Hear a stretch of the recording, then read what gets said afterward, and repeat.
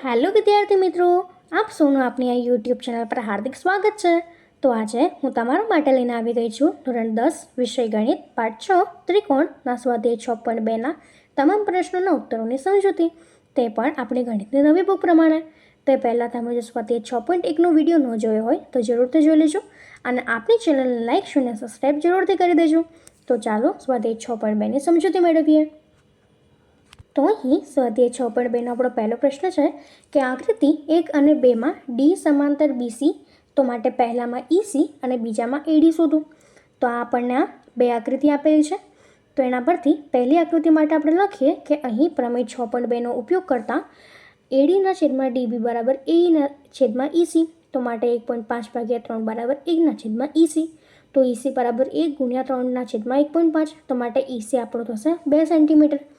એ જ પ્રમાણે બીજી જે આકૃતિ છે એના માટે આપણે પ્રમેય 6.2નો ઉપયોગ કરીએ તો AD/DB બરાબર AE/AC, માટે AD/7.2 બરાબર 1.8/5.4, તો માટે AD બરાબર 1.8 × 7.2 ભાગ્યા 5.4 થશે. તો માટે AD બરાબર આપણને મળશે 2.4 સેન્ટીમીટર.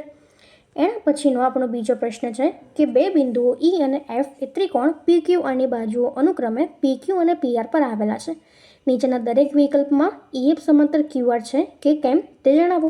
તો પહેલું આપણને આપ્યું છે તો એમાં P બરાબર આપણને 3.9 આપ્યા છે, EQ બરાબર 3 સેન્ટીમીટર, PF બરાબર 3.6 સેન્ટીમીટર અને FR બરાબર 2.4 સેન્ટીમીટર. તો સૌપ્રથમ આપણે પ્રમેય 6.2નો ઉપયોગ કરીએ તો P એ E/EQ બરાબર 3.9/3 એટલે 1.3 અને PF/FR એટલે 3.6/2.4 એટલે 1.5.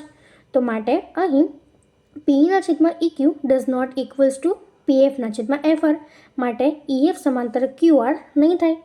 એવી જ રીતે એના પછી બીજું આપણને આપ્યું છે કે P બરાબર 4 સેન્ટીમીટર, QE બરાબર 4.5 સેન્ટીમીટર, PF બરાબર 8 સેન્ટીમીટર અને RF બરાબર 9 સેન્ટીમીટર. તો સૌપ્રથમ પ્રમેય 6.2નો ઉપયોગ કરીએ અને P/QE શોધીએ તો ત્યાં આપણી પાસે થશે 4/4.5 એટલે 8.9 અને PF/RF બરાબર 8/9. તો માટે અહીં P/QE બરાબર PF/RF થાય છે, માટે EF સમાંતર QR થશે. એવી જ રીતે ત્રીજું જે છે એમાં આપણને કિંમતો આપી છે કે PQ બરાબર 1.28 સેમી, PR બરાબર 2.56 સેમી, PU બરાબર 0.18 અને PF બરાબર 0.36 સેમી. તો માટે આપણે EQ લખીએ તો PQ ઓછા PE થાય એટલે તે 1.1 સેન્ટીમીટર થશે અને FR બરાબર 2.2 સેન્ટીમીટર. તો માટે પ્રમેય 6.2નો ઉપયોગ કરીએ તો P/EQ એટલે આપણને 9/55 અને એના પછી જો આપણે P/EQ કરીએ તો એ 9/55. તો અહીં P/EQ PR બંધ કરીએ તો તે સમાન થશે. તો માટે આપણે લખી શકીએ કે EF સમાંતર QR છે. એના પછી ત્રીજું છે કે આકૃતિમાં જો LM સમાંતર CB અને LN સમાંતર CD હોય તો સાબિત કરો કે AM/AB બરાબર AN/AD છે. તો આ આપણને આકૃતિ આપી છે. તો એના પરથી જો આપણે લખીએ કે અહીં પ્રમેય 6.2નો ઉપયોગ કરતાં આકૃતિમાં દર્શાવ્યા પ્રમાણે ત્રિકોણ ABC પરથી AM/AB બરાબર AL/AC, તો આપણે એને સમીકરણ 1 આપી દઈએ.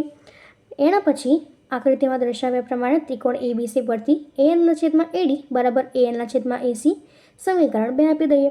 તો સમીકરણ 1 અને 2ની જે જમણી બાજુઓ છે સમાન છે, તેથી તેની ડાબી બાજુઓ પણ સમાન થશે, માટે AM/AB બરાબર AN/AD જે આપણે સાબિત કરવાનું હતું.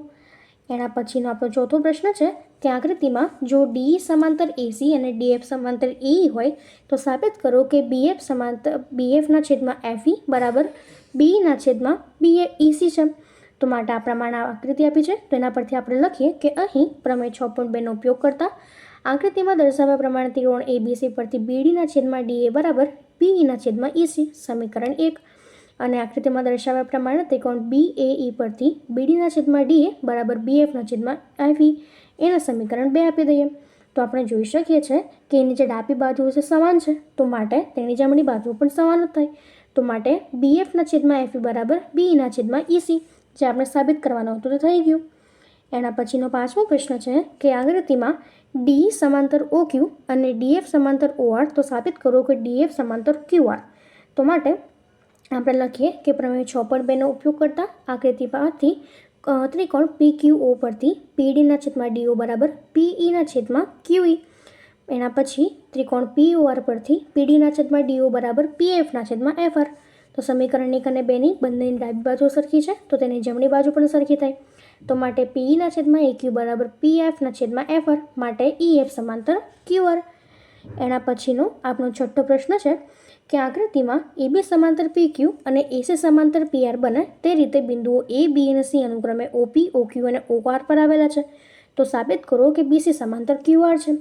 તો માટે આપણે લખીએ કે અહીં પ્રમેય 6.2નો ઉપયોગ કરતા આકૃતિમાં દર્શાવ્યા પ્રમાણે ત્રિકોણ OPQ પરથી QA/AB બરાબર OB/BQ થાય. સમીકરણ 1 આપી દઈએ અને આકૃતિમાં દર્શાવ્યા પ્રમાણે ત્રિકોણ POR પરથી OA/AP બરાબર OC/CR એના સમીકરણ નંબર 2 આપી દઈએ. તો હવે આપણે જોઈ શકીએ છીએ કે નીચે ડાબી બાજુ તે સરખી છે તો માટે જમણી બાજુ પણ સરખી થાય. માટે અહીં OB/BQ બરાબર OC/CR માટે BC સમાંતર QR થશે, જે આપણે સાબિત કરવાનું હતું. એના પછીનો 7મો પ્રશ્ન છે કે પ્રમેય 6.1નો ઉપયોગ કરીને સાબિત કરો કે ત્રિકોણની એક બાજુના મધ્ય બિંદુમાંથી પસાર થતી અને બીજી બાજુના સમાંતર રેખા ત્રીજી બાજુને દુભાગે છે. યાદ રાખો કે તમે ધોરણ 9માં આ પરિણામને સાબિત કરેલું છે. તો ચાલો એના માટે આપણે લખીએ કે અહીં ત્રિકોણ ABCમાં D એ ABનું મધ્ય બિંદુ છે.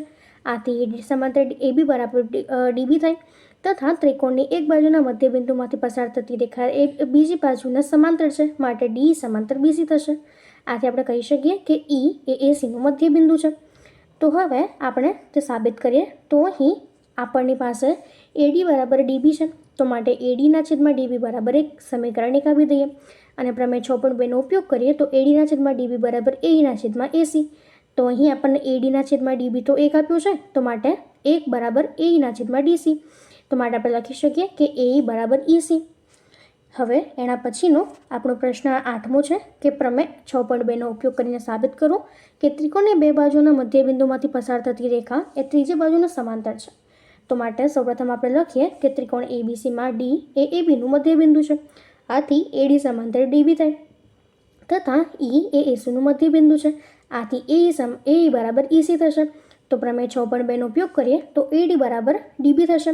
તો માટે હવે આ આકૃતિ પરથી આપણે લખી શકીએ કે AD/DB બરાબર 1 સમીકરણ 1 તથા AE બરાબર EC માટે AE/EC બરાબર 1 સમીકરણ 2.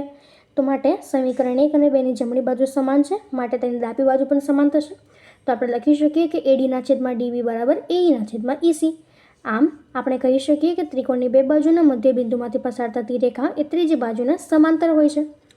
એના પછીનો આપણો 9મો પ્રશ્ન છે કે સમલંબ ચતુષ્કોણ ABCDમાં AB સમાંતર DC અને તેના વિકર્ણ એકબીજાને O બિંદુમાં છેદે છે. તો સાબિત કરો કે AO/BO બરાબર CO/DO. તો આપણે લખીએ કે અહીં સમલંબ ચતુષ્કોણ ABCDમાં AB સમાંતર DC અને તેના વિકર્ણ એકબીજાને O બિંદુમાં છેદે છે. માટે ત્રિકોણ ADCમાં OE સમાંતર DC થશે. તો માટે હવે આપણે લખીએ કે અહીં પ્રમેય 6.2નો ઉપયોગ કરીએ તો AE/ED બરાબર AO/CO સમીકરણ 1. અહીં ત્રિકોણ ADBમાં OE સમાંતર AB છે. તો માટે પ્રમેય 6.2નો ઉપયોગ કરીએ તો ED/AE બરાબર DO/BO એના સમીકરણ 2 આપી દઈએ. તો હવે સમીકરણ 1 અને 2ના જે ડાબા પદ છે એ સમાન છે તો માટે આપણે લખી શકીએ કે AO/CO બરાબર BO/DO. તો માટે AO/BO બરાબર CO/DO થશે. એના પછીનો આપણો 10મો પ્રશ્ન છે કે ચતુષ્કોણ ABCDના વિકર્ણ એ એકબીજાને O બિંદુમાં છેદે છે અને તેથી AO/BO બરાબર CO/DO થાય છે તેમ સાબિત કરો કે ત્રિકોણ ABCD સમલંબ ચતુષ્કોણ છે. તો માટે આપણે લખી શકીએ કે અહીં ચતુષ્કોણ ABCDમાં AB સમાંતર DC છે અને તેના વિકર્ણ એકબીજાને O બિંદુમાં છેદે છે. માટે AO/BO બરાબર CO/DO.